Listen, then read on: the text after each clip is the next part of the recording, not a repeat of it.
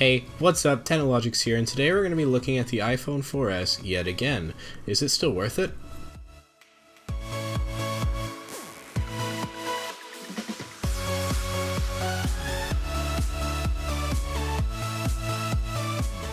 So I did a video on this phone about a year ago, and well, it got a few views, so I figured I'd do a new and improved video. The old one sounded like I was either high or half asleep, so it's about time I do it properly. I was actually sick, that's why it sounds so weird, so yeah. Anyway, let's get right into this.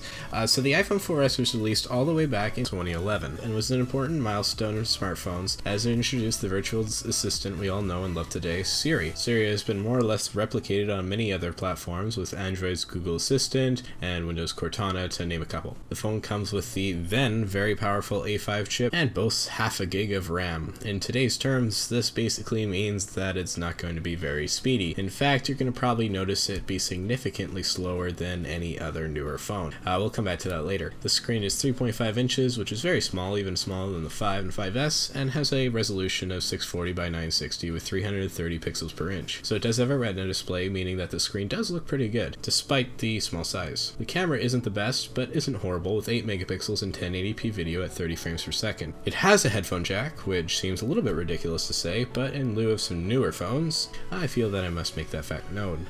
You have quite a few storage options with 8, 16, 32, and 64GB iterations. I'd recommend the 16 or 32 personally, as the 8 is going to be very small. Only get the 8 if you'll be downloading very little and won't be taking a lot of photos. The battery isn't that great on this phone and will vary depending on how used the device you get is. You'll probably have to charge it once a day as well as overnight, unless you don't use it a whole lot and keep it on standby for most of the day. But music, gaming, streaming, all that will drain it pretty quickly. The design of the 4S is, as all Apple products are in my opinion, gorgeous. It has a glass back, which I really love, and comes in the colors white or black. The only issue with the glass back is that it can crack, and I'm rhyming unintentionally, that's cool, which is a pity, but it still looks and feels pretty good. The iPhone 8 is rumored to have a glass back again, which I really hope is true, because this design feature is so cool. Moving on, it's worth mentioning that this phone is again very small. Don't get it if you hate small screens. If you don't mind them, or even prefer them, then that's definitely a plus for this device. The iPhone 4S does not support iOS 10,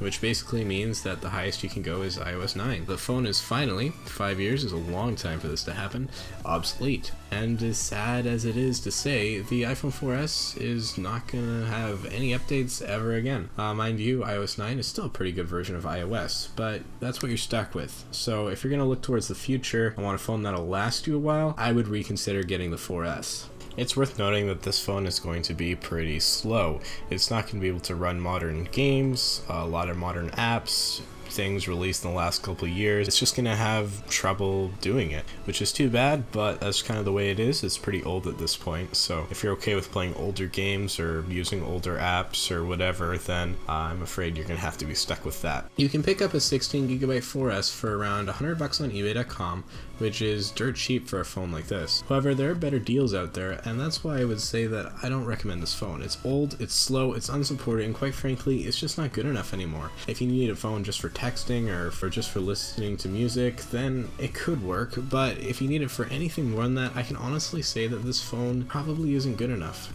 The camera isn't actually too bad, but even so, the iPhone 5C is just a way better deal at around $150. It's going to be a better phone, even though I don't like the design nearly as much as the 4S, and it's also got a slightly larger screen. The iPhone 5 is also cheap at around $150 as well. I even saw a couple around $130. And again, this is eBay. You probably won't be able to find a new one of these phones anymore, which is too bad, but just the way things work. You can get a nice refurbished model for pretty cheap though. In conclusion, as much as I love this phone, I really don't think anyone should get it anymore.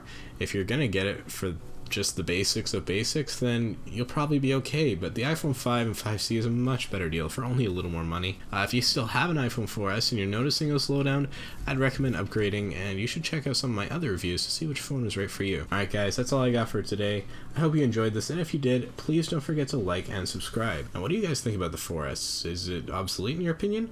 Let me know in the comments below. And I'm sorry to talk bad about this beautifully crafted phone, but I had no choice. And on that note, if you want to see my friends act like idiots and destroy a non-functional iPhone 4S, link will be in the description below.